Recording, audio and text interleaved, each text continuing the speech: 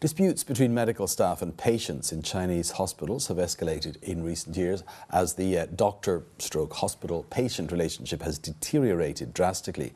Now, these disputes usually arise over what the patients see as malpractice, negligence or some other wrongdoing on the part of medical staff, and they can often turn violent. And this rather tense situation has led to the rise of another sort of unusual professional, and that's the hired hospital agitator or protester. Now, the Beijing Youth Daily newspaper recently carried a report based on interviews with people involved in this area, and it found it was actually relatively organised, even having sort of set fees for various levels of agitation or protest. For example, the paper said that aggrieved clients of a hospital would pay $50 per person per day to organise a dozen or so elderly protesters to stage a peaceful sit-in demonstration at the hospital.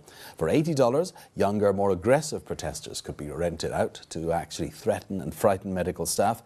And for an unspecified extra fee, the providers could even arrange for doctors to be physically attacked and beaten up.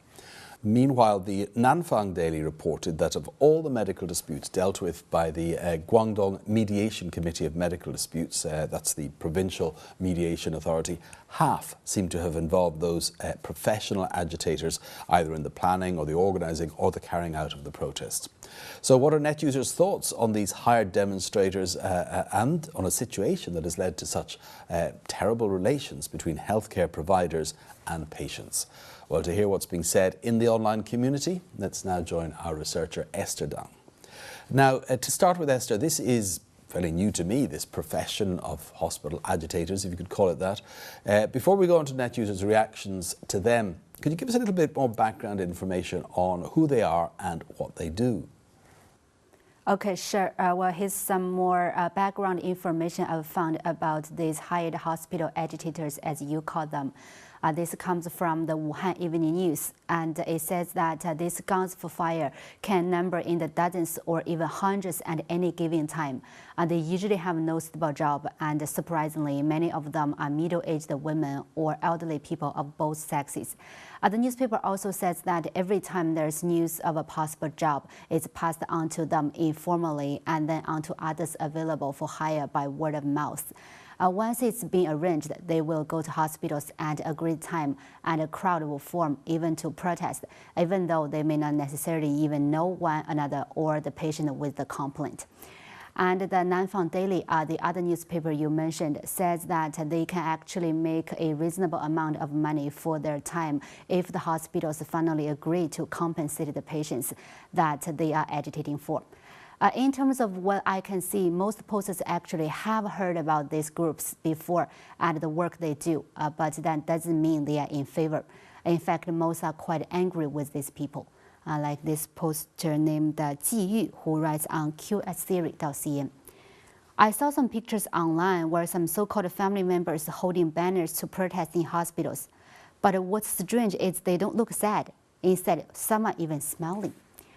And this Tianjin-based poster comments pessimistically.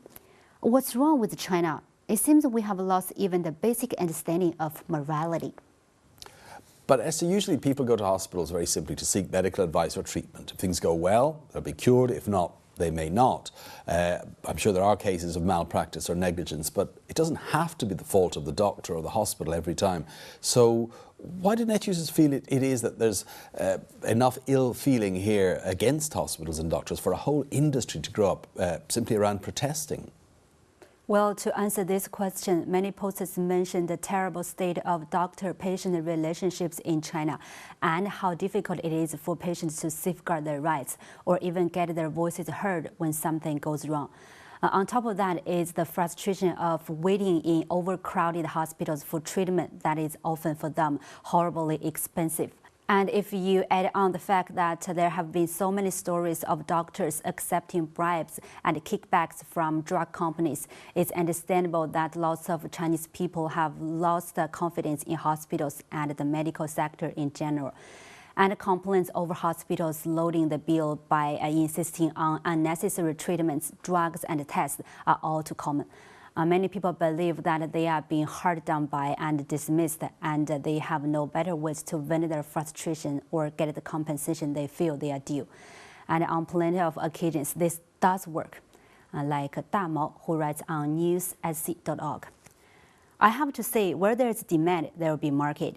What's behind the popularity of these hired hospital agitators is the deep mistrust that exists between doctors and patients in China. In reality, some hospitals, in cases of malpractice, know they are guilty. So when a dispute escalates, they will try to solve them as soon as possible.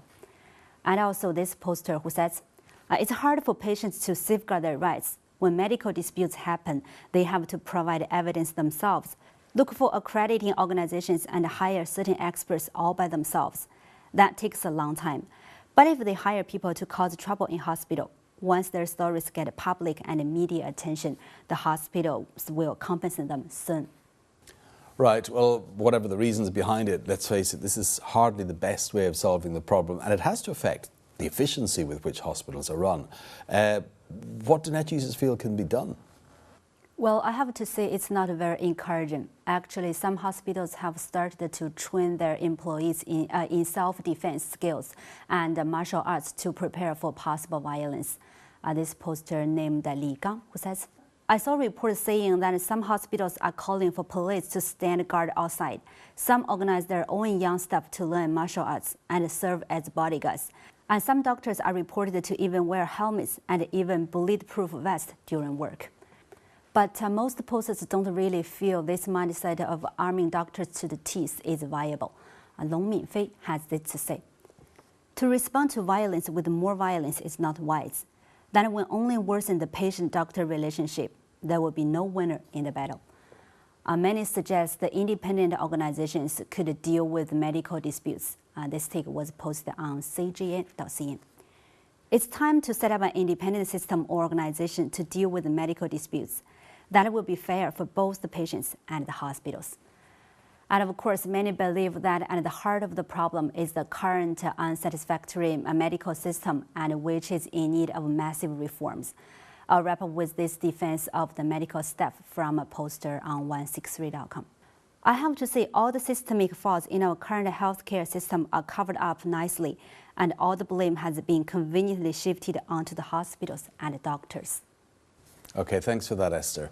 And that was China Take researcher Esther Dong with some online reaction to that grey area profession of the professional hospital protester or agitator.